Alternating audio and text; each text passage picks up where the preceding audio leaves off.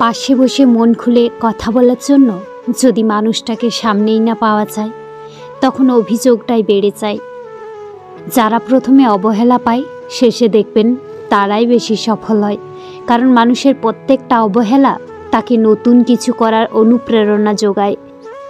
নিজের সমস্যাগুলোর কথা মানুষকে নয়, উপরওয়ালার কাছে বলুন।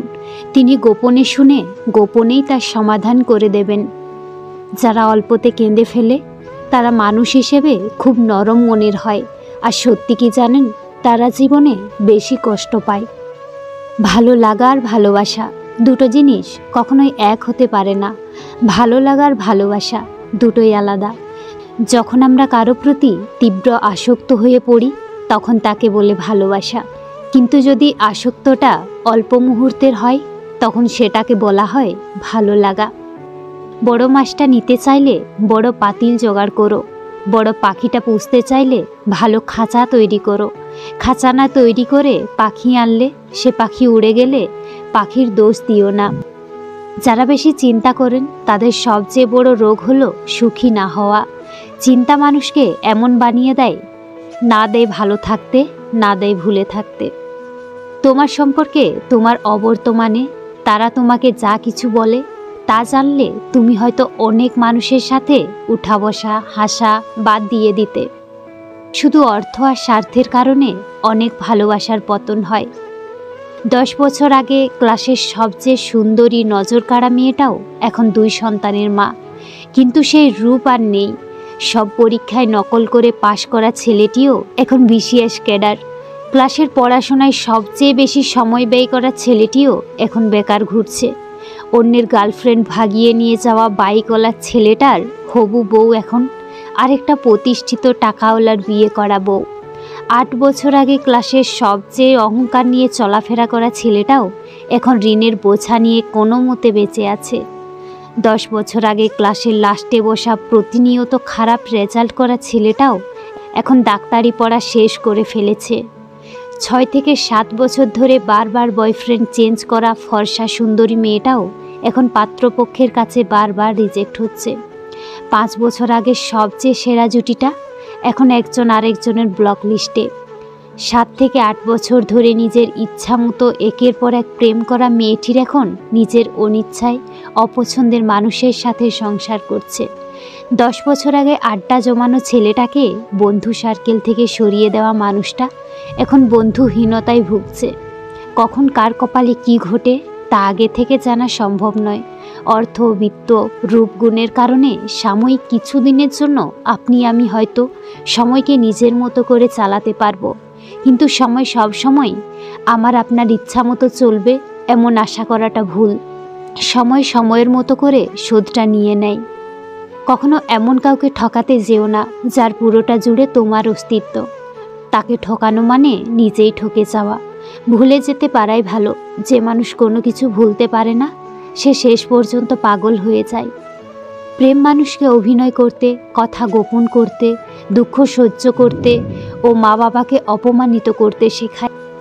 নিজের স্ত্রীকে কখনো অন্য নারীর সাথে তুলনা করবেন না। অন্য নারী যদি আপনার জন্য কল্যাণকর হতো তাহলে রব তাকে আপনার কাছেই পাঠাতো। ভাগ্যে থাকলে হবে আর না থাকলে হবে না, এই একটি কথা বলে প্রত্যেকটি মানুষ প্রত্যেকটি দিন নিজেকে সান্ত্বনা দেয়। মেয়েরা শ্বশুরবাড়িতে থাকলে ফুল অন এনার্জিতে থাকে, কাজ করতে মন না চাইলেও কাজ করে। আর বাপের বাড়িতে থাকলে প্রেশার লো করে শরীরই চলে না। কষ্টের ভাষা শুধু চোখের পানি হয় না, কখনো মিষ্টি একটা হাসির মাঝেও কষ্ট লুকিয়ে থাকে। যারা আপনাকে দেখে ভেতরে ভেতরে জ্বলে তাদের কখনো ঘৃণা করবেন না, কারণ এরাই সেই মানুষ যারা কিনা বোঝে যে আপনি তাদের থেকে সত্যিই উত্তম। জীবনে ওঠাপড়া থাকবে, সুখ দুঃখ থাকবে, তাই বলে পিছিয়ে যেতে নেই। দেখবে একটা সময় তুমি প্রতিষ্ঠিত হওয়ার পর সবাই তোমাকে গুরুত্ব দেবে।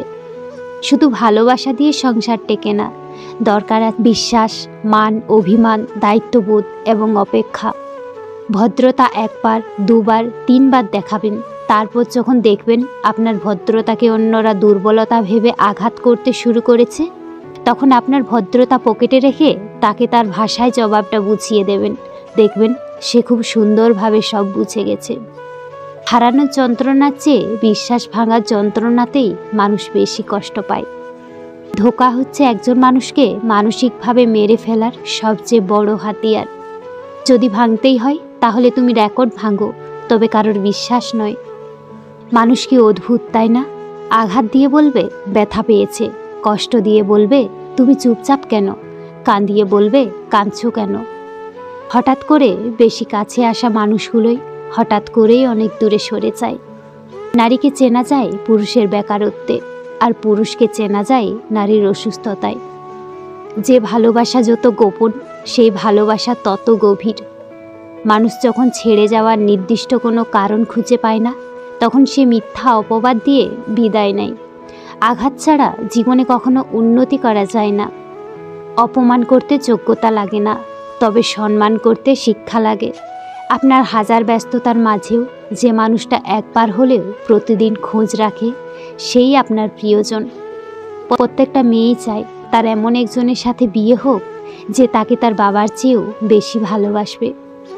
বইয়ের কাভার দেখে যেমন ভিতরের লেখাগুলো বোঝা যায় না, ঠিক তেমনি মানুষের মুখের হাসি দেখে মনের ক্ষত বোঝা যায় না।